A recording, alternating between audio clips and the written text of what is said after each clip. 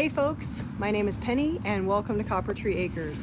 If it's your first time here, we are a 4-acre small pecan farm located in southeastern Arizona. We grow organic vegetables and we're working on doing market gardening this year, as well as free-range chickens for eggs. We have 3 small farm dogs and numerous fruit trees. So it's a bunch of fun and a bunch of work. I wanted to show you an experiment that we did with a new precision seeder that Ben made off of a design from Jim Kovaleski. Jim is a market gardener, small farmer, and he has all kinds of information on YouTube. And we saw this design and we love to try out kind of unorthodox things, stuff that you don't always see, that seems to make great sense. And so we tried this out. We planted these carrots using that seeder. I'm going to show you the seeder and the process and how we got these seeds to germinate. We pretty much had, I would say, 90% germination. It was some pointers and tips that I have about your soil when it comes to carrots. All right, let's get started.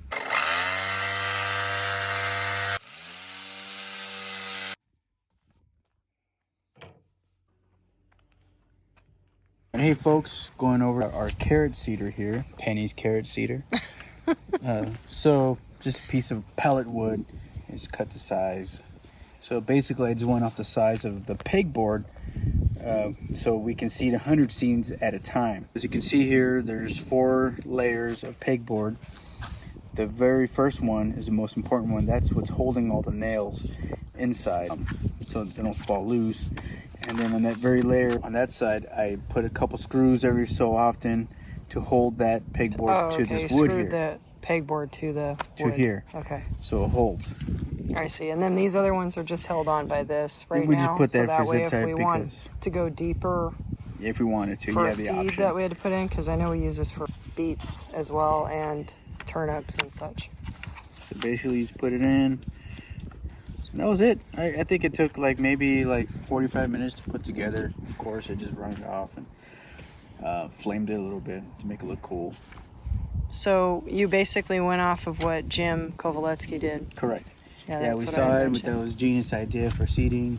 We're like, we got to try that. Well, as far as something inexpensive to make, yeah. There's great seeders out there, of course, but they're ultra expensive when you're just starting out. So, or if you have a small garden and you don't want to spend the money on a massive seeder. The only thing that we went out to go buy was just the pegboard. Everything I had in hand were some roofing nails. And the roofing nails we already had, so they were a little bigger, or a little bit... 1.25 inches, I believe. Yeah, so they're a little longer than what Jim used. So that's another reason we needed more of these, because we just used what we had on hand. We happen to have these.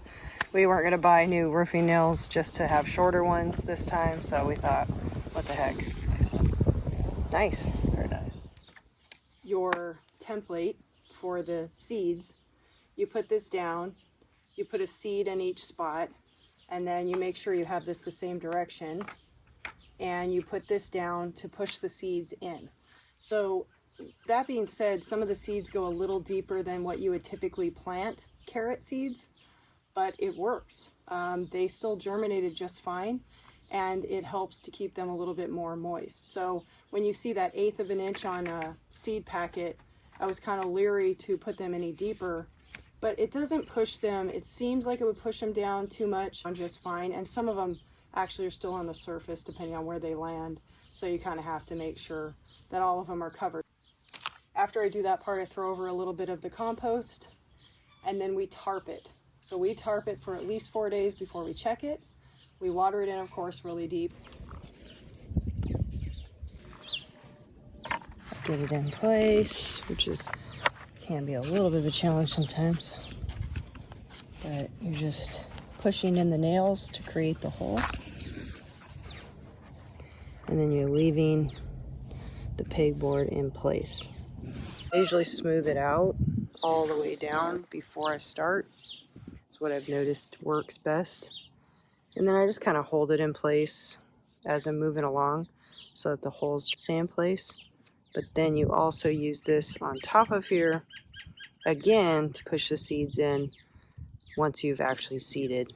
Usually I'm holding this down in place, and then I use a finger to move the seeds into place. I just kind of push some on there and push them in. I'm usually really quick when I'm not trying to hold a camera. There we go. And these are really tiny. I mean, obviously carrot seeds are typically small, but these are like ultra tiny seeds. I have a bigger seed I'm working with on the other side. So I am planting one line of little fingers, 57-day to harvest, but because it's colder weather, cooler nights still, and all of that, we might not get them as soon. So I've finished putting the seeds in place, and now I will put the seeder back on. On the left-hand side here, you'll see methods we use to cover the seeds after seeding this section of carrots. We use tarps most of the time, and like I'll use logs or bricks or whatever I've got to put on top just to keep the tarp down. We always keep a silver side or white side up on a tarp, never use black plastic. But we've used also that wood plank there, that worked just fine, and this old tethered tarp worked fine as well. As long as they stay in contact with the soil to keep it moist. You want to pull it every 3 days and water it in, and start checking for sprouts at about 4 days. That's when I start checking daily, and once I see enough of few sprouts come up, I go ahead and pull the tarp and just keep it nice and moist by watering it in a couple times a day if necessary, depending on the weather.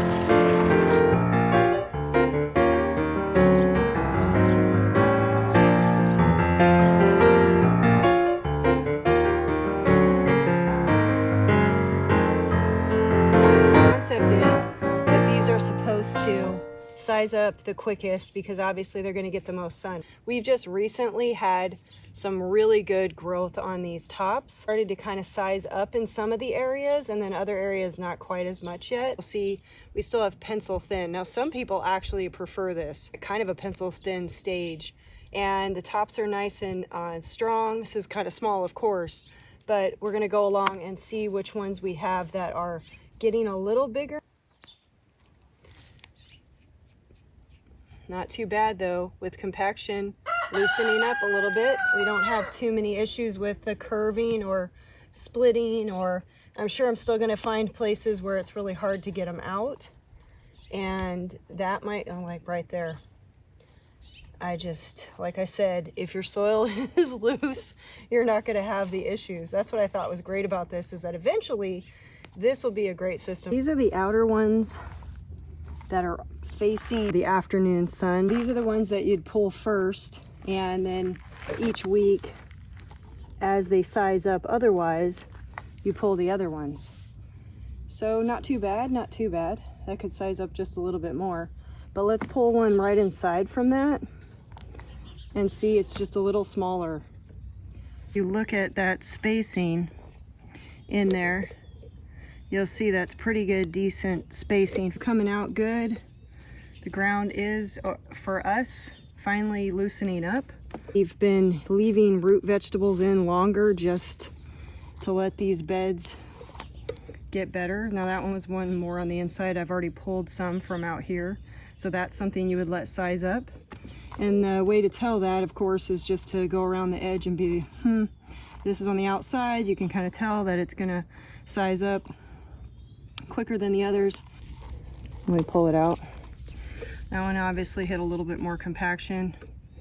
Not that big right now, but big enough for us to use. Really want to go to market with these right now, although I could make bigger bunches of smaller carrots if I wanted to. And some markets, the pencil sized carrots do really well in. If you'll look at how nicely these tops have come in, they're really tall. You can make carrot top pesto with these, which is what I'm going to try and do since we have so many of them. Let's see. See, a lot of these I've already pulled the outer row, so let me find a section again that I have not done that. I have a weed here I didn't see. I leave these weeds oftentimes though. This is pigweed. Then we also have something similar looking that is arrow leaf clover. And they eventually flower, so you take them out. But as you can see, the flea beetles love these and anything else. There's quite a few different things that eat on these. So I oftentimes leave them as a trap crop for a while if we get them in different beds so they kind of start to flower or so, whatnot. And then pull them out. Instead of pulling my super small ones, I'm just gonna go around. Now see, that looks like it needs more time. I can see down there that it needs more time. But this just gives you an idea of using something if you're looking for a way to plant carrots at a good spacing, not have to really think about it, not just put it down and then have to thin it right away when they first start coming in. Thin for small carrots, or you can wait till they start to size up on the outside and get bigger carrots initially and then let those smaller carrots size up. These have grown so much in the past even couple weeks. Wow, this is awesome. Maybe if you had one like that in a group, it wouldn't be a big deal. Mark it. I'm gonna pull one last one on this other side, Romance. Ooh. There's a nice one. So the Romance has been a pretty good carrot so far. Got these from Johnny's. You know, grow, but looks like they're worth it. I'll have to try them out. Let's clean some off and try them out.